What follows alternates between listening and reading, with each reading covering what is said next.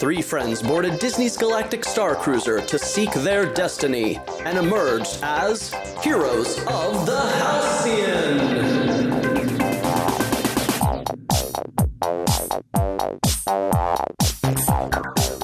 Good journey, friends, and welcome to another fabulous episode of Heroes of the Halcyon. I'm Galactic Starcruiser superfan Christine, and with me are...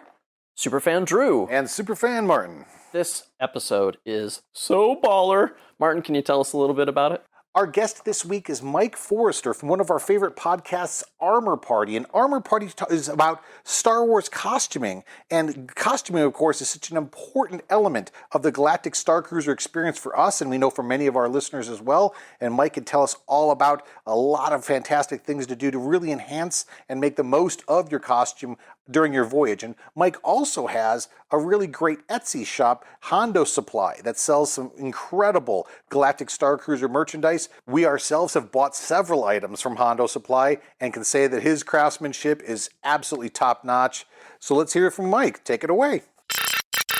Mike, thank you very much for joining us. We're very excited to talk to you. We have a whole host of questions to ask. I'm excited to be here. I'm missing the Halcyon experience so much consistently. Even some 6 months later, I get an invite and I look at it.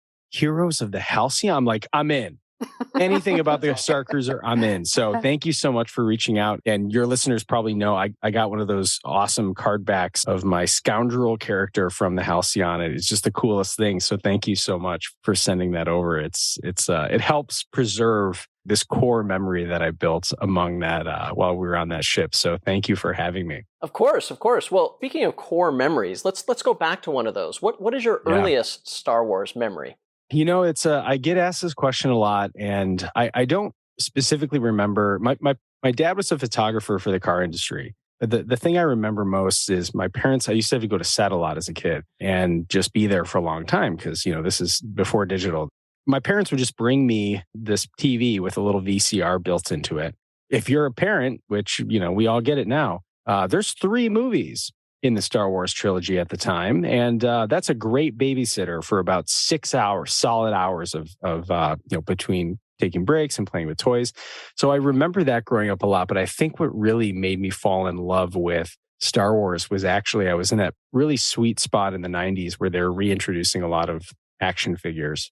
And for some reason, my one friend had got all the micro machines, and we played with those things in the basement while the movies were on. And that was like my earliest memory that I remember being like, Star Wars is amazing. So I want to say that was between Micro Machines and between that original, like the 3 trilogy VHS set with, half of Vader's face, half of the Stormtrooper, half of Yoda's face on there. I was like, I think that's what I go back to as a core memory for sure.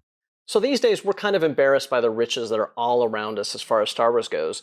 What is your particular favorite Star Wars medium? Movies, television, comics, breakfast cereal boxes? The films get me the most excited because I think for me, I remember there was such an event going to the movie theater still. And I think as an artist now, my day job as a creative director, I know that leading up to big moments, big presentations are really important to the overall experience, because even if someone doesn't necessarily love a movie that they saw, a lot of times if it's a big movie, they remember who they were with. They remember where they saw it. They remember kind of the excitement of leading up to it. And sometimes that can smooth over some things that you might not have liked about the film. But I mean, I specifically remember where I was and who I was with when the prequels came out.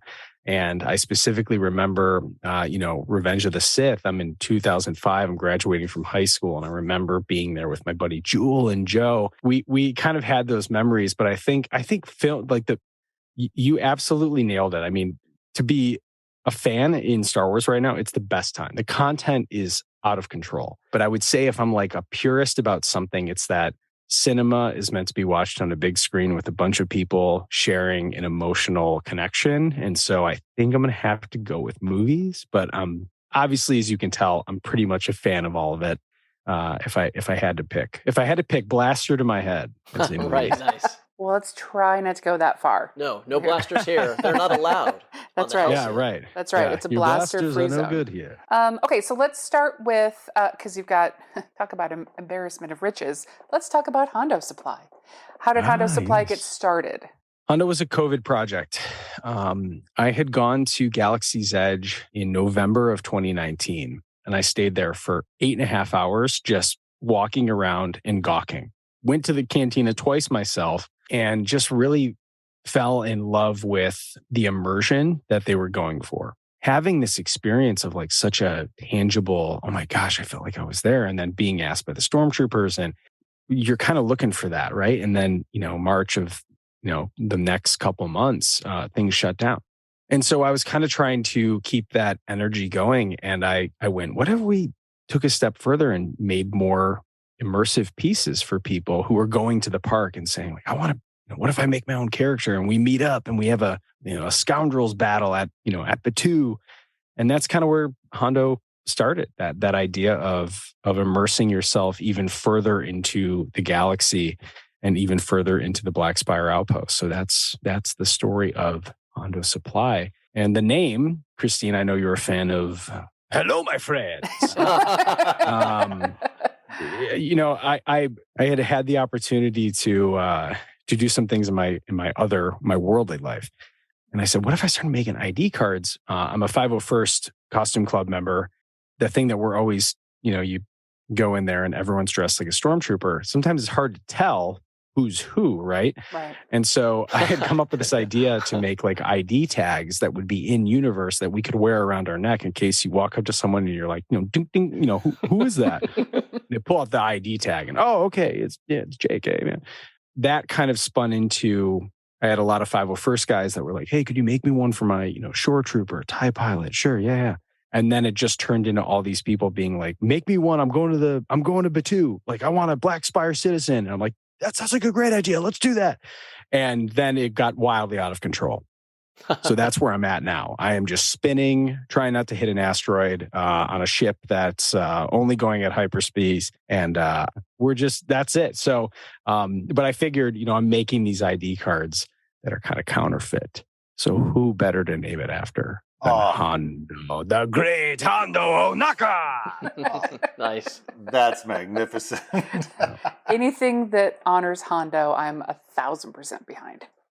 Well, Mike, we became aware of your podcast, Armor Party, through another podcast, the Thank the Maker podcast. And what's your connection with Thank the Maker podcast, and how did Armor Party get started?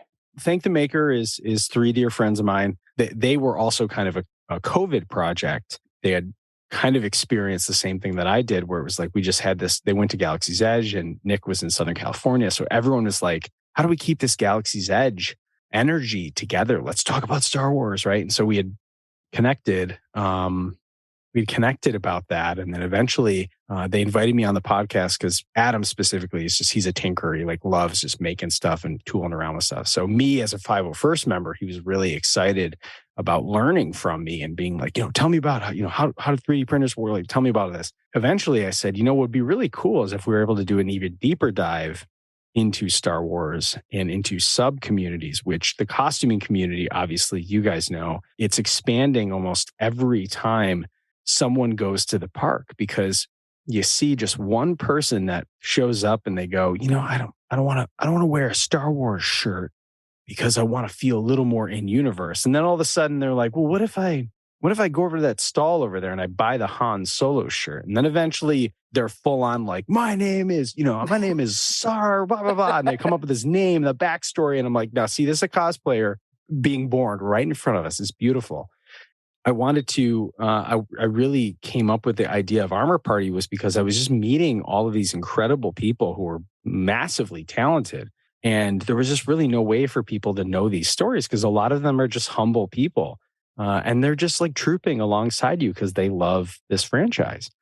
And I said, you want to expand? Should we do a network of podcasts? Should we do that? And Adam's like, say no more. Start it tomorrow. Let's get it going. So that's, we called it Armor Party because in the 501st and Rebel Legion, whenever we have groups over to come and work on armor together, it's called an Armor Party. So that's kind of a little homage to all of the times that I've connected with other people and been able to build costumes and all that. So that's where Armor Party started. And that was kind of COVID was a disaster in so many ways, but I think about it on the other end. I'm like, kind of changed my life for the better. Is that weird to say? I don't know. Maybe you guys were kind of, you guys are kind of in the same vein.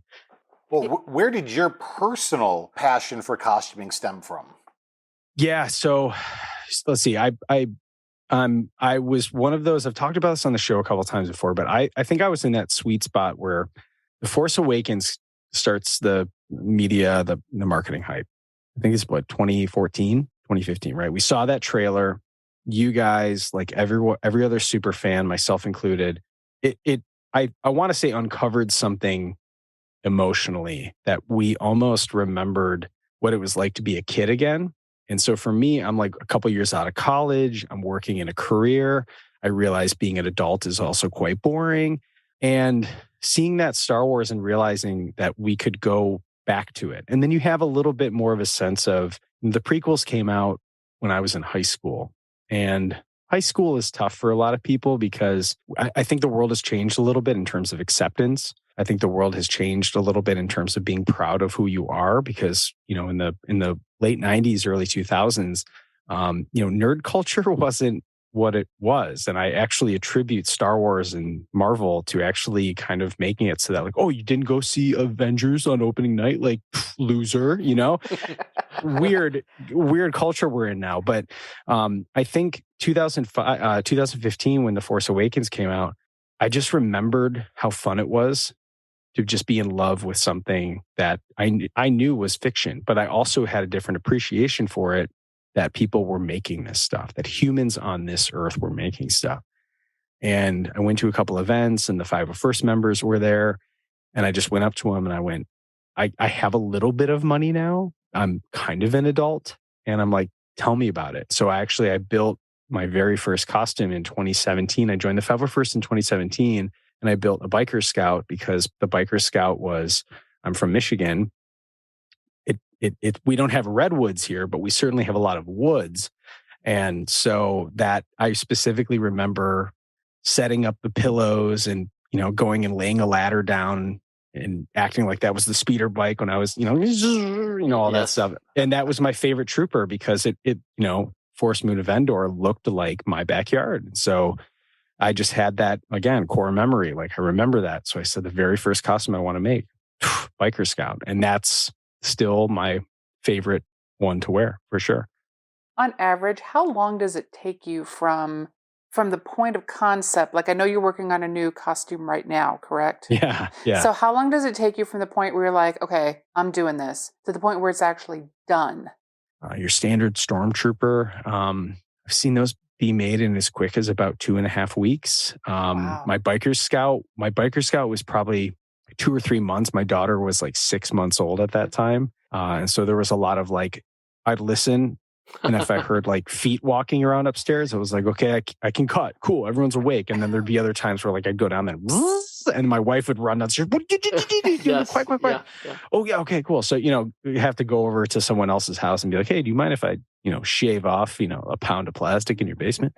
Common question. So that, yeah. So it's a very normal question for people who know me well. Right. So yeah. I would say it kind of depends. I mean, I'm working, I made fun of Boba Fett people for being just the weirdest group of people because they're sitting here like, oh my gosh, you missed a part of the yellow paint on the flecking in the back of the jetpack. Like no one's going to know who you are now. And I'm like, Oh, really? Okay. So I wanted to build one just to see what all the hype was about. And that's kind of, I think, Christine, that's probably where you saw him like painting boots last night because, people are that dedicated to the accuracy of how Joe Johnson actually went through and made these kits. So that's currently what I'm building. And this one, let's see, I would say maybe probably like a month ago, and I'm trying to finish it by Halloween. I have no idea if that's going to happen, but you'll see it because I told my wife, I said, the next couple months are going to be wild. So Mike, when did you first become aware of the Galactic Starcruiser experience, that it was going to be a thing? Well, so I'm glad that Dano was on because he can explain all the boring stuff that I don't have to. Because our trip was, so just me and Adam and the guys from Think the Maker are all, we're all kind of in the sphere. You guys, everyone else who's like, running Star Wars content or Star Wars media is like, as soon as it hits, which I'm sure we call them, your normie friends. Like I had someone that sat in my office the other day and she goes, did you know that there's a Star Wars hotel? Like, you seem to be pretty into this stuff. And I was like, listen, lady, I was on the second trip ever. Okay. Don't come in here and act like I don't know that. All right.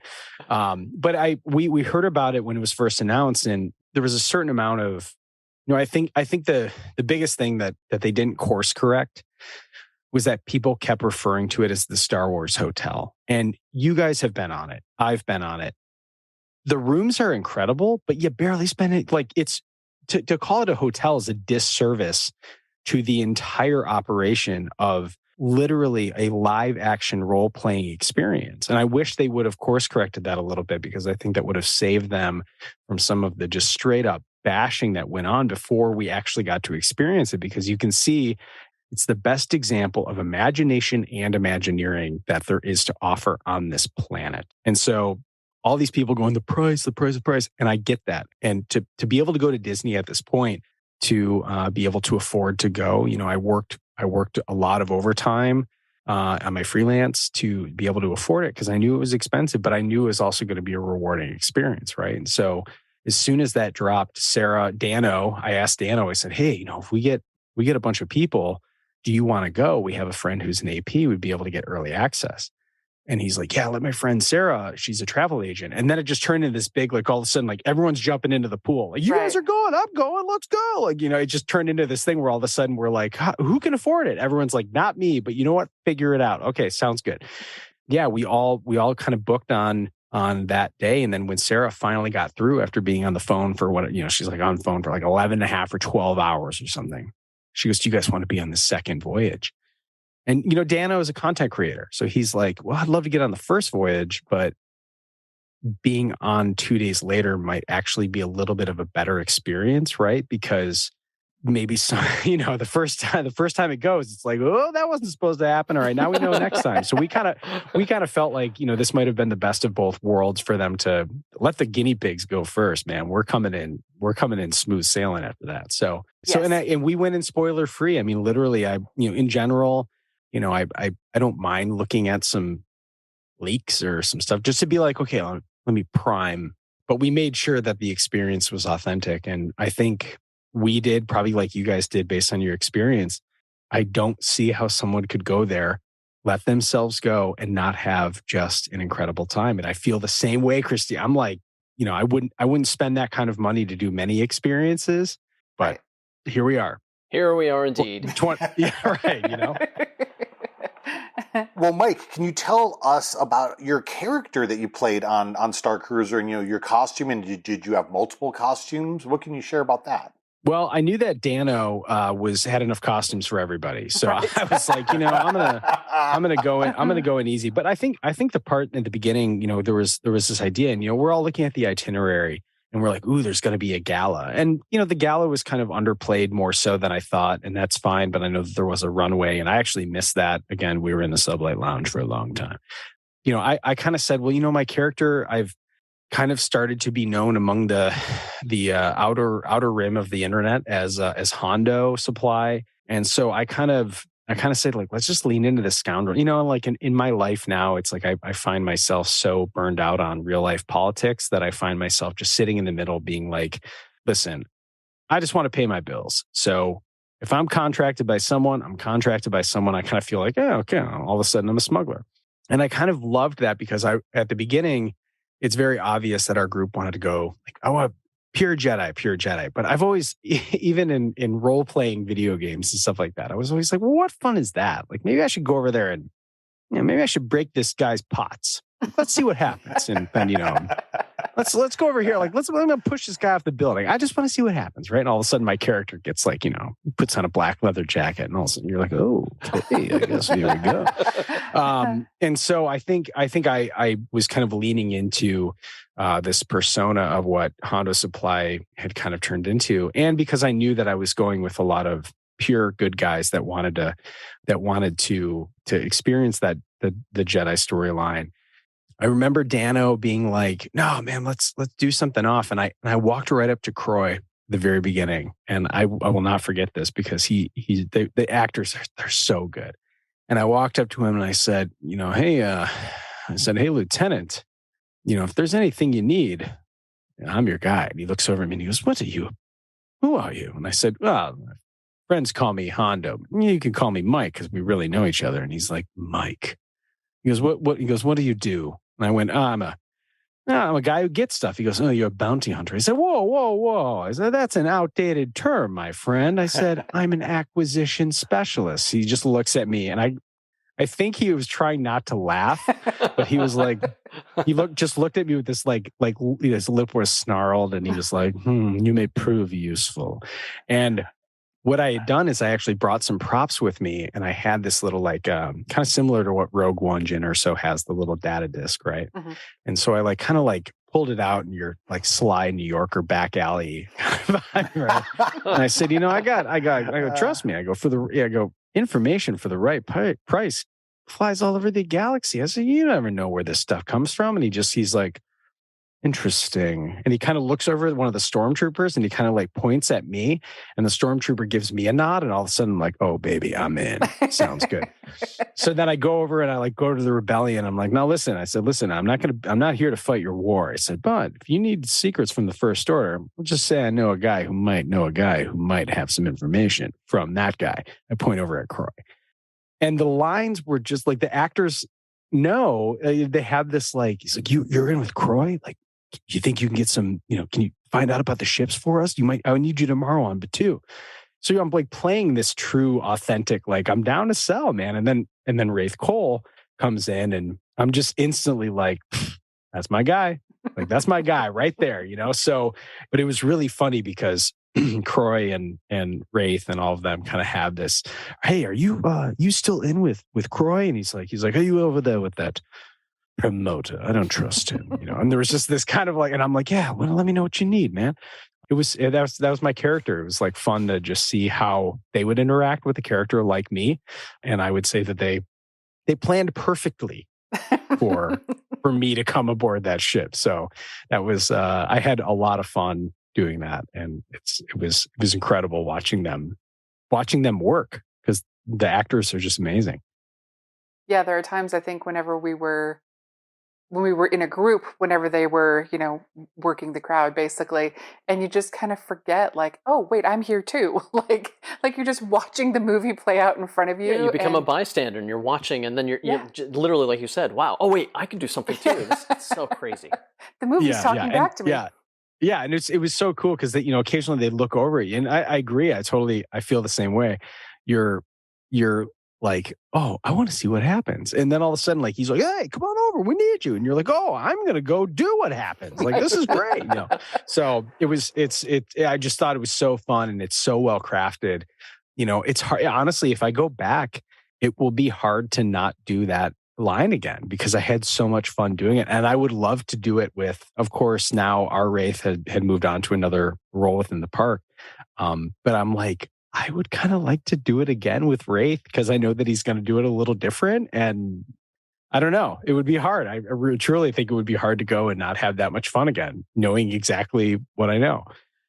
So, had you done any kind of role playing before, D&D or Drama Club or any of that kind of stuff? No, I'm not. It's weird. My nerddom is so weird because when people find out I'm like this into Star Wars, I'm like this into Star Wars. People are like, oh, let's do a D&D campaign. And I'm like, I don't play video games. I just don't really have time. But I play a Star Wars game, so I know what I'm missing. And then I don't have time to play video games, unfortunately. And I don't have a lot of time outside of building costumes is kind of my therapy. And so I wasn't really into role playing or anything like that. But I think when I would put on the costume, you want to kind of have the authentic experience. And so once I put on my helmet, I changed the way I talk, and I talk a lot more hey, come on over here, let's see your ID. All right, let's try. And it's very kind of monotone highway patrol, now where are you going with these droids? All right. So I don't have the inflections. I don't get excited to see people. People come up and they're like, hey, Mike, what's going on? I'm like, move along. Just to kind of keep it so that if other people aren't sitting there being like, oh, I know that's a guy in there. So I would say that that's kind of where my role playing with the public came from was being in Star Wars costumes. So that was the extent of it, though, and just kind of having fun. And then also, I think we all pick it up as amateur broadcasters or professional broadcasters, or anytime you're working with someone in a spontaneous environment. In some ways, you're always kind of role playing. You're kind of figuring out what to say next, and hey, how do we keep this conversation lively, and all that. So I think that was really fun, though, to kind of just have this professional actors that are designed to pull it out of you, and for us to go and have an experience like you guys had as well. There were a lot of people who surprised themselves. I think that it was like a lot easier to go along with than I thought. I thought I was going to be embarrassed by myself, but that's why I think you have to go with other people in your group that are, as soon as you walk past that concrete gate, buddy, you are in the world now. Like, leave your inhibitions behind, man. You are part of this galaxy far, far away. You can say whatever you want. You can let all the, you want to sit there and talk about the politics of Ryloth, man, you're in good company. So I say go for it. Yeah, it was awesome to see adults and kids alike all kind of just letting it go. Yeah. Like, we're all here to play the same game, so let's just play. Like, if you guys go again, the idea of not wearing costumes is completely preposterous now, right? Oh, absolutely. Yeah, right. So it's like, and I think over time, what's going to happen is you're going to start seeing people repeat and go back, and it's going to set the tone for people that might have like downplayed it a little bit to say like, well, maybe I'll wear like, black pants and like maybe some like, maybe some like tall boots. Oh, I don't know. Whoa. They're going to come back next time and be like, I want a holster. I want a vest. I want a helmet. I want all this stuff. So I think you're going to see that just because all of the people who are getting the photos, what I'm talking about, like the professional photos CSL taken. photo experience. Yeah, exactly. The CSL photo experience. Everyone who gets those taken has costumes on and they look sweet. And so what's going to eventually happen is just going to be like, every time you see some kind of picture that looks freaking awesome on the Halcyon, people are going to go, all right, we gotta dress up a little. Yeah. Like, you gotta look cool. You gotta look cool and do this. Like, showing up in a t-shirt, just like you're almost that's almost the weirdest part. Right. Like, you see someone in a t-shirt, you're like, oh, well, odd, but okay. Versus, and then here you are with like your, right. with your Montrails and your, right. It's like, oh, okay, cool. So did you all, specifically, did you go to Batuu in costume? Yeah, so I was pretty much like my costume, and I kind of didn't really answer the question, but I pretty much just said I brought like 2 changes of clothes, but everything was kind of aligned with like, I was kind of going for that like greaser, like scoundrel kind of vibe. I did have a couple like pants changes, and I brought like 2 sets of boots, but really just what ended up happening is I just ended up kind of rocking a very similar vibe and just changed the undershirt and changed like my headwear. And I actually had a really cool moment because I think at the time Disney was trying to like figure out exactly what was going to happen with this, right? Because it already had changed, because I think when we went, we were allowed full face paint, right? Yep. Yes. Yeah.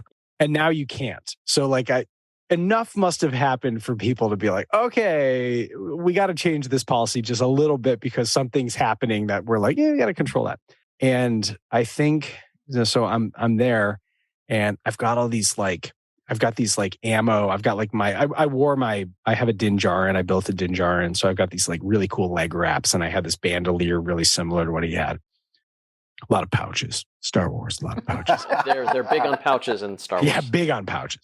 So I had just these pieces and stuff on me. And I specifically I had made these like drink tokens, and I made some other stuff that I knew I was kind of going to be handing out.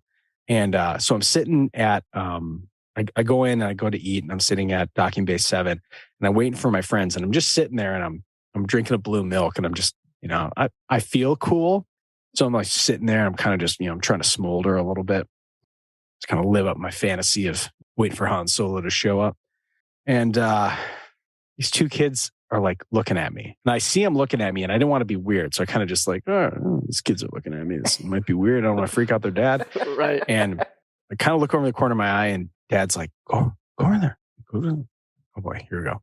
These two kids come up to me, and they're like, could we ask you something? I look over, I'm like, yeah, what's up, kid? He's like, do you have any like quests or anything? Like, do you have any like stuff? And I'm like, quests. I'm like, okay, they think I work here. I'm like, well, great. Now I'm a liability. And so I pull out these rider cards that I make as kind of like a memento for, there's no real thing that you can take from Smuggler's Run. They don't want you to steal the color cards and the roll cards. Yes, right. So I made a set to kind of, they're different. They have all three rolls from Smuggler's Run. So I had some extras that I had made. And I pulled out two of them, and I said, "Which one of you knows how to fly that old hunk of junk sitting out there?" And the kid looks over, and it's like his older brother. He's like, "I know how to fly." And he goes, "Which one of you knows how to work the blasters on that thing?" And the little one's like, I do. And I go, "Here's what I want you to do." I go, "I want you to give these to Chewbacca. I want you to tell him you're ready to fly." And they were like, "Oh my gosh," right? So like they go over and they show their dad, and I like weathered them. I really tried to make it like awesome.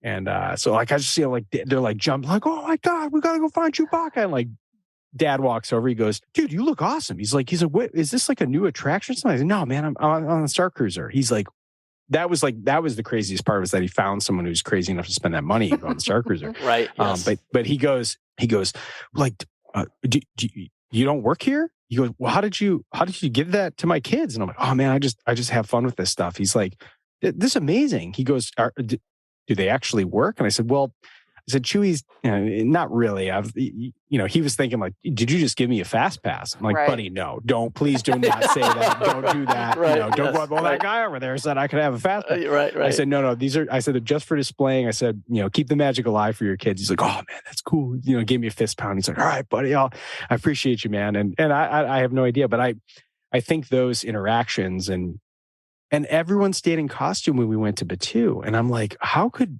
like, if you walked around Batuu and you're a kid and you see like this guy walking around in this like old clone armor, how you were Right. like, Star Wars is real. Like, Right. this is real. Like, yeah, exactly. So, yeah. So I would be really interested, but I think like in terms of like, I don't know how you could not be in costume on Batuu, because it's like the ultimate, you have that little badge, right? I got it over here. And I'm like, that was like the ultimate, like, buddy, I paid to have a unique experience. Like, get out of my way.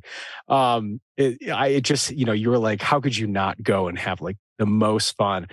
Although based on the temperature in Batuu right now, I totally understand why some people are like, I'm just going to wear like a really light linen shirt. That's fine. And I totally get it. Cause we all went kind of in the springtime, and me up here in Michigan with my Wampa blood, anything above 75, I'm like, oh, I gotta see if this is worth it for me. So getting off in Batuu and having it be at 8:30 in the morning, and it's already like 82, 90% humidity. I was like, guys, I got this leather jacket on. I look cool, but I'm only going to look cool for about 10 more minutes before I just start melting. So, we got to figure something out. But yeah, to rock it on Batuu, I mean, that's the coolest. Yeah. The coolest. So what would your top 3 suggestions be for anyone who wants to wear a costume on Galactic Starcruiser? I think for the main takeaway that, less is more in a lot of ways. And, impeding on your own, the experience is the most important part, right? The experience of what you're seeing, what you're able to interact with. And, I think as a costumer myself, a lot of people in the beginning where it was like, hey, you can't wear full armor. We kind of proved that wasn't totally true, and it wasn't totally not true. Mhm. Because we had plenty of shots of full Mandalorians sitting at the bar. They just weren't really able to walk around with their helmets on. But as someone who wears that stuff, it's not comfortable. Like it's really, it's cool to have gauntlets and feel like that. But like sitting on a table with back armor, or like sitting anywhere with back armor, puts you in this like really awkward position. And you only have so much range when you have gauntlets on. And so like if you're trying to say like, scan data cards, or like, oh, I have to pick this thing up, I have to move this over, like your gauntlets get in the way. So I would certainly say the three things are: you can still look very cool without wearing full armor. That's probably the biggest takeaway, is because everyone has these grandiose ideas of being like, I'm going to be a Jedi warrior and I'm going to, like, that sounds awesome. But remember, if your strap comes off on Batuu and the thing falls apart, because we all know as customers, stuff happens. And you've got glue on a certain piece, and then you go to Florida where it's more humid than you've ever had, and the glue dries up or something happens. It's been sitting in your crate on 2 flights over from the Intercontinental USA, and something happens. And your armor falls off, a piece falls off. You got to go back and fix it. Like, boom, I just missed 45 minutes on that. Right. So you can still look really cool without wearing full armor. And I would certainly say, dress for comfort, dress for having an experience and being able to go on an experience at any moment, because we know that's what the Galactic Starcruiser is kind of like. All of a sudden, something's happening in front of you, and you don't have time to go change your shoes. You got to chase Wraith Cole down to the engineering room. And then I would say the other thing too is, design. I would say if you're getting into what we call bounding, so loosely this term of kind of like, representing something or loosely reminiscing of a certain style, you can pull off a very Star Wars-y vibe with a lot of vintage stuff that's readily available. Repurposing, like I would thrift if people were looking at, like, I see a lot of people sharing Amazon links. I'm like, yes, that's great. But you don't have to build your costume off Amazon. You can actually go and find an old hunting vest that's probably available at your Goodwill, and just take a couple pockets off and dye that sucker, and put some, go to the hardware store and buy some PVC connectors for your plumbing, like plumbing connectors. It costs you about $4. Spray paint those suckers silver, put them in that vest where that used to hold shotgun shells possibly. And like, there you go. You got canisters of whatever you want them to be. And that might run you about $6 out the door. And so I would say, like, get creative. You don't have to buy everything.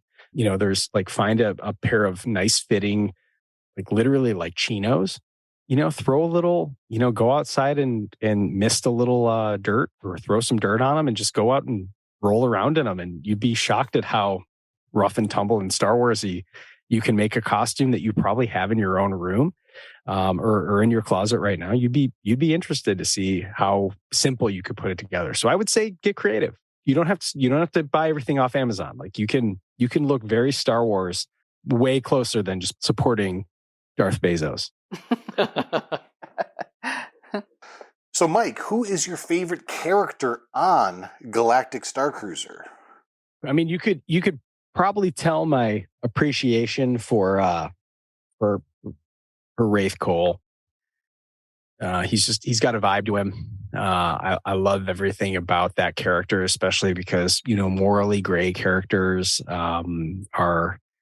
they fit so well in Star Wars, because I think in so many ways we've chewed up, analyzed, and repackaged the concepts that George Lucas was originally saying. And, we've seen a lot of similar traits in, Luke's understanding of the Jedi is not being, we don't need to be the space cops. Like, the opposite end of the Jedi is Mace Windu, and the opposite end is Qui-Gon Jinn, who said, I have to go against the council on this one. And so I think those ideas of characters that exist in the fringe are the most interesting to me. I appreciate Lieutenant Croy's character, and not to give anything away, but there's something about when that character is acted the way that he's supposed to act. It is so cool to just see a bad guy. Right. And a bad guy that's just a bad guy, I love that. So it's a hard toss up, but I think just because I've got that smuggler blood in myself, I think it's Wraith Cole. Yeah. So what are your goals for the Armor Party podcast and Hondo Supply? I think for Hondo is just something that I think I'm going to do it as long as I kind of want to be doing it. You kind of get to a point where you go, am I more so appeasing myself that I'm still somehow doing this 2 years later, or do I really love doing it? And I think there's a certain part where I feel like the products that I make are helpful, and then there's another part of it where I go, I kind of just want to keep pushing myself to see how creative I can be. And that's kind of a part. But then you get sometimes around Christmas, which I'm so grateful that people would spend their hard-earned money with me. But then on the opposite side, like every card I make is essentially hand assembled, hand designed, hand painted. They're made. And so it gets to a point where you're going, well, and it's certainly not for the money. I'll tell you, I'll tell you that, because what you don't see is the amount of times that the laser screws something up, or that I paint something and the paint reacts because I'm in Michigan, so it could be 45 degrees in the morning and 90 degrees in the afternoon, and the paint's not drying properly. And the cost of materials, like everything post pandemic, has really skyrocketed. So my margin to actually try to make some money has gotten much smaller. But at the same time, I'm also self-aware enough to be like, if someone's going to go and spend $1,000 to go to Disney, I want their joy to be the least expensive part of their joy should come from me. I hope, if I can connect with someone else as a fan over that. So Hondo will kind of keep doing what it's doing. I think some of the most fulfilling parts of what Hondo is are, I made these cast member appreciation medals, and they're these like really cool, like 1/4 inch, like they're pretty solid. And I made those so that people could give them to cast members that made their experience memorable. And then they're able to go and give that to a cast member and say, it says like, Batuu Citizen Medallion of Appreciation. And it's something for for cast members to know how much they're appreciated. And for someone to be able to have that human connection that I feel like was really what we found was missing in 2020. And so there have just been some incredible stories. And I'm trying to figure out how I can have more products geared towards that. And as far as Armor Party goes, I would love to see, I would love to eventually, I don't know, it's hard to say. It's hard to say what Armor Party should be, because I feel like it's not really about what I want it to be. It's more about connecting, encouraging people to be themselves. I think that's what Armor Party is really about, because as I've said on the show, none of this makes sense. And I said, your financial advisor is going to go, you want to spend how much on a what? And if it's not an investment, which I've always joked, I'm like, Star Wars costumes could be an investment, because, even in a pandemic, everybody wants to be Darth Vader. You could always sell that. But I think more so, it's like someone had pitched this idea of, let's make a Star Wars channel of actually going and traveling and seeing people who make these costumes and get those details. And so that sounds amazing, but the only person who's going to be able to legally allow that is going to be Star Wars. So who knows? But I think right now, my mission for Armor Party is to encourage people to be themselves. And currently, with the feedback, it seems like we're doing that. So in that way, I'm kind of open to what Armor Party could be, and I'm just going to keep being a part of this incredible community of talented people who give their time to make their communities better through Star Wars. And that's kind of what I'm keeping my head down. I'm not looking up at the stars yet. Right. I'm like, let's just keep doing what we're doing. And if something comes along that seems interesting for Armor Party, my ears are open, and I've got ears as big as a Gundar. So you mentioned the Biker Scout was one of your favorite costumes. What about a favorite costume experience, perhaps? Well, I've had the pleasure of trooping like a Chicago Cubs game, and when Celebration was at 2019 in Chicago, and just the experience of walking out with Darth Vader is the coolest thing. I think every time we get the opportunity, we live in a pretty small town up here in Michigan. We're only probably about 20, 30,000 people. And to be able, when we show up to the movie theaters to troop, and we see the same people over and over again, and sometimes the kids are a little older, and that's a trip. And then sometimes we have one of the assisted living facilities comes over, because they'll bring them to go see movies. And a lot of the people are fans of Star Wars. And just to see that Star Wars is this true unifier, because everybody wants a picture, and you get to see if someone comes in, we try to, if someone's coming in on a wheelchair, we'll come out and, oh, that's a cool, speeder bike. And, they love that. You try to see people as fans too, and say that, I might be the one wearing the costume, but, my job here is to maintain that suspension of disbelief, and that Star Wars is so real to you that we're just trying to keep that hope of excitement and that joy of curiosity and that love of imagination alive. And that's really what the 501st is about, as a core part of our mission. And trooping at Celebration's amazing, because you meet people from the forums that, because we communicate on these big forums in the Facebook, and you show up at the picture and you look over, you're like, Chopper, is that you? He's like, hey man, what's going on? And like you've talked to these people so often, right? And then you see them in person and you're like, oh my God, it's amazing. So I feel like that's how we all are as fans, especially for big events like Celebration. Those are really cool to troop to and be a part of that. Yeah, the 501st is just such an incredible group of people. Yeah, and I encourage, of course, everyone. It's like, if you when you get bit by the bug, you get bit, because, I told my wife, I said, I'm just going to build one costume. She was like, yeah, okay, 7 costumes ago. That was, don't use that excuse anymore, because I know you're just straight up lying to me now. So Mike, do you have any upcoming projects that you could talk about? I do. I have. I'm.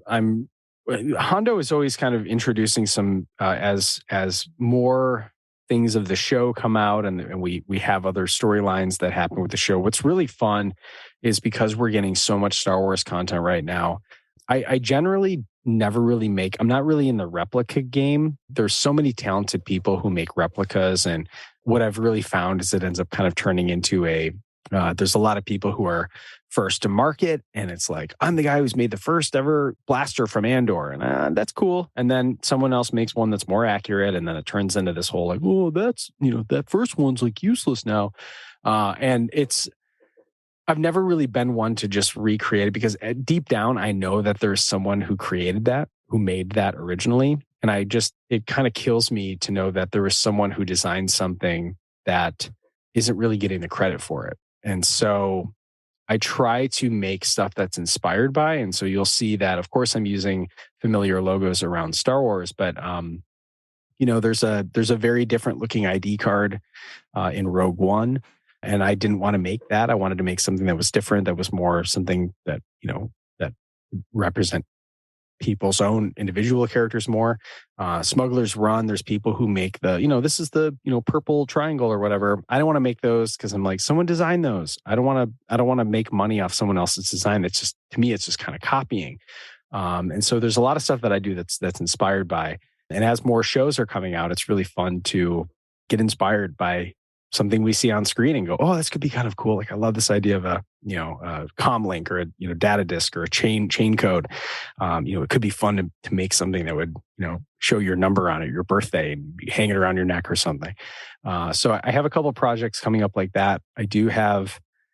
I got a couple things coming up. I can't really talk about right now. It's exciting, but you'll know in due time. And then, of course, Armor Party is getting into full swing for season 2, which is really exciting. And I've got a couple people on the docket to come on and talk on the show, and it's going to be really cool.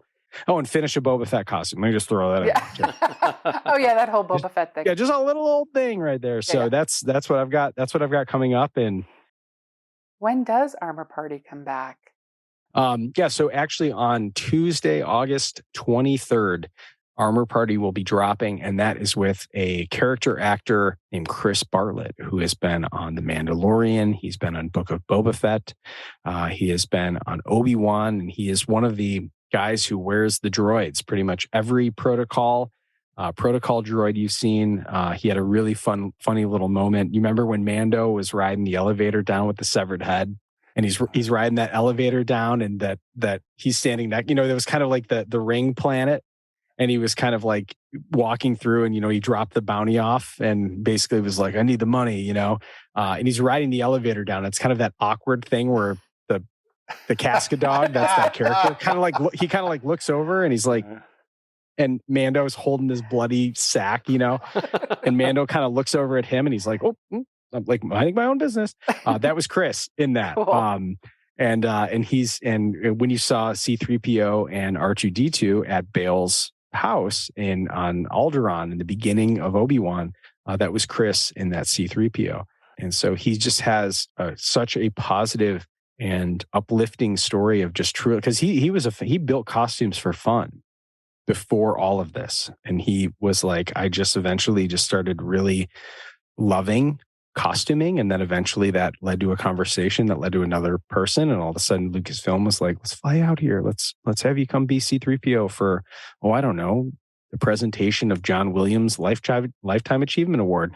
We need a C-3PO. Anthony Daniels is busy. Wow. Or he's sitting in the audience and we need a 3PO. And here comes Chris, walking out. So he has an amazing story. I can't wait to share it. And that will be, again, on Tuesday, the 23rd of August. So please tune in. You can find that at Armor Party Show on Instagram and find it wherever you listen to podcasts. And where else can they find Hondo Supply? I'm on Instagram mainly. I try to keep up with all the socials, but Facebook is just such a cesspool. So I'm on Facebook. You can find me at Hondo Supply on Facebook, but then most of the content is focused around Instagram. So Instagram.com/Hondo Supply. And that's where you can find us. And then, of course, the Etsy shop is open occasionally. If you're an Etsy person, I would say subscribe. We're dropping some dice, some Coruscant shift dice that are pretty cool. Pretty soon here, by the time you're listening to this podcast. So if you subscribe to the shop, you'll know, because those dice can sell out in about like 2 or 3 minutes. And so sometimes if you have that notification on, it lets you know, hey, a item's been added. And I found that's helped people who have wanted dice, because I've had a lot of people send me messages of like, man, when are you going to drop the dice when I'm at work? And I'm like, well, Quit it's your job. automated. Yeah, it's automated. Yeah, right. Go to the bathroom. Do what everyone does. Poop on company time. I don't know. Yeah, that sounds like a dare to get these dice, and I accept. Yes. Yeah, I made some Coruscant shift dice that look very in universe. The one thing I love, the dice that come with the Coruscant shift deck. The deck is beautiful. The cards are beautiful.